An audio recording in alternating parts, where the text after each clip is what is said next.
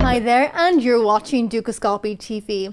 Well, if you are passionate about trading, then you have just tuned in to the perfect program for you. I am joined again by Jean-François of Owczarczak from MJT to have a look at some major pairs and gold to see if a turning point was initiated last week or not. Jean-François, welcome back. Hello.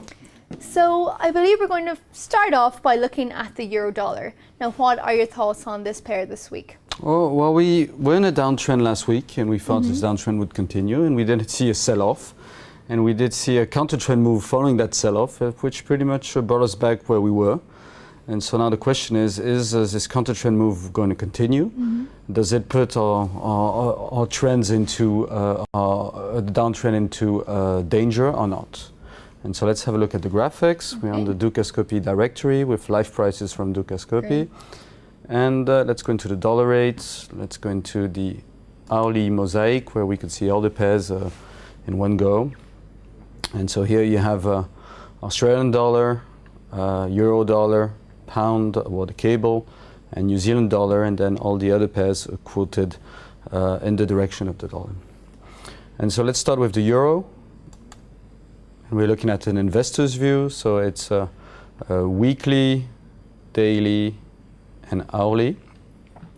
And last week we had a quick look at the weekly, and we're saying that we're pretty much in a sideways. It was slightly bullish at the moment, but the correction up targets had been done 2 years ago, and that for the time being we would mostly focus on the daily to get a sense of direction. And let's look at the daily in more detail. Well, the downtrend is still in place, and we still have targets heading out over the next 2 months towards the low 20s, or at least 123.35 here. And we did see at the end of January, beginning of February, quite an important top with a lot of stress on our indicators. We did see a second top at the beginning of this month, and so for the time being we're still moving lower. And we did see a slight correction on prices last week, and that's what we're going to have a look at on the hourly. Well, and so we're having a look at the hourly, so let's focus on the hourly now. And if we look at the hourly, well, we were in a situation where there was quite a lot of exaggeration last week. Our risk oscillator was in the green, so in the oversold zone. There was stress on the envelopes. We did think it would continue, and we did see a sell-off, but that sell-off saw a very strong counter reaction. And now we're back in the corrective targets here. And if you look at it for now, you're in an uptrend, but you're only in a correction up. And in the wider perspective of things, the daily is still heading down. So to initiate a strong move to the upside on the euro, you really would need to make it above the corrective targets. And the corrective targets, higher boundaries here, are around 130.35. So basically, as long as we stay below 130.35, we're still in a correction up here on the hourly, but we would not question our downtrend on the daily, as long as we stay below that 130.35.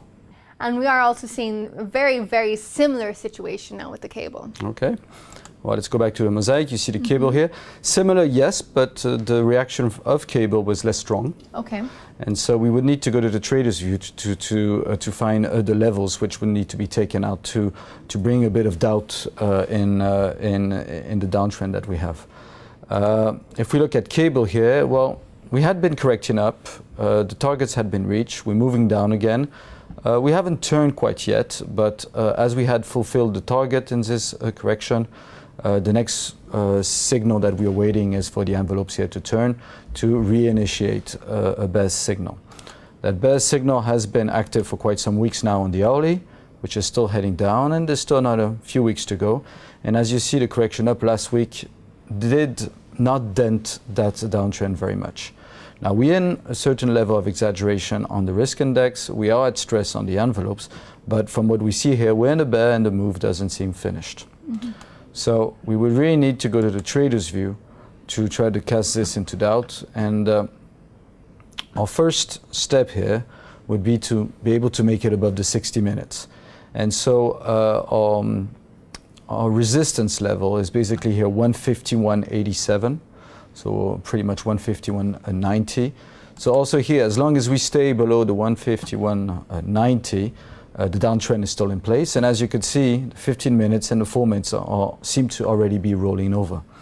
And so cable, the reaction was less strong, and we didn't even start a correction on the hourly, and even on the 60 minutes, we haven't really gone impulsive yet. So for the time being, we would consider what happened at the end of last week more like a correction than a change of trend.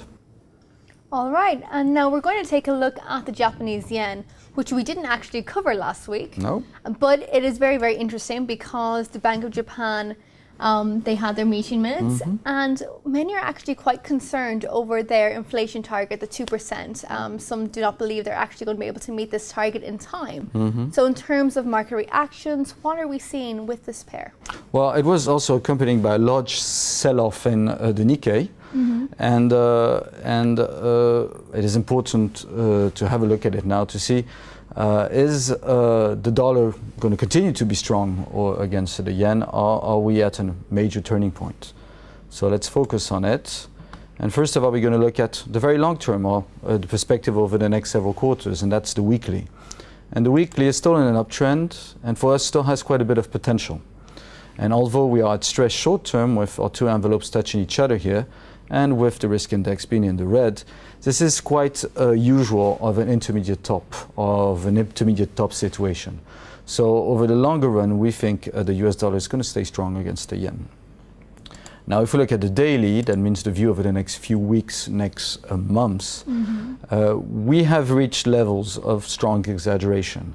I mean, our impulsive 2 targets have almost been reached. At least the lower boundary has been reached, the higher boundary still has a bit more to go.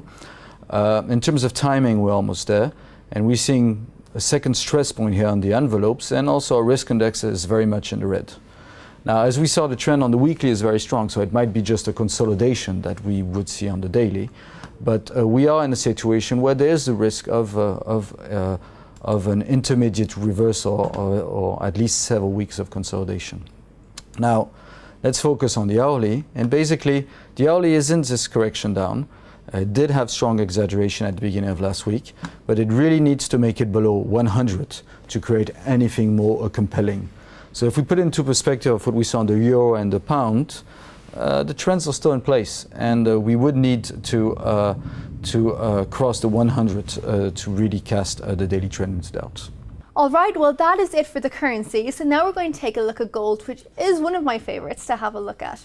Now, it was also quite interesting as we saw correction, and it reached its highest in a month, and it is extending gains now today still. So what are your thoughts on these gains that we are actually witnessing? Well, pretty much a similar point of view on gold. As we said over the last few weeks, the weekly has broken through our corrective targets, and there's quite a lot of risk still over the next quarters. And basically, we've opened the door towards levels towards the 168 and below 1,000 mark. So that's your risk over the next quarters, and you don't see any exaggerations yet to be able to take a position against that risk. And so we'd still be negative on the weekly, so the long term. The daily, I mean, this has been a strong down move. It doesn't seem quite finished in terms of timing. We could at least revisit the lows in terms of targets, although we are getting towards levels which are quite oversold. I mean, our risk index is in the green, and we have stress on the envelopes. However, the envelopes are still heading down, and the risk index hasn't turned yet. And so in that respect, we have no reversal signal for now. Now, we did see a bit of price movement last week, and we'll have a look at it on the hourly. And so on the hourly, as with the euro, we could see here that we're in a correction up. And this correction up is only a correction up for now, and doesn't have much consequences on the daily trend. It would really need to make it above these corrective targets, or the higher end of these corrective targets, to initiate a stronger move. And the levels here to watch are 1432. So as long as we stay below this 1432, the downtrend that we see here on the dailies is still in place, and we don't have too much. We don't have to argue too much about that for now. All right, well, that is it. Thank you very much. Thank you very much, Darren. Well, viewers, if you enjoyed this, then do tune back in next week as Monica Gibson will be with Jean-François to have a look at some more currency pairs. And also do have a look at our Targets and Focus programs to keep up to date with the Forex markets. But for now, enjoy the rest of your day.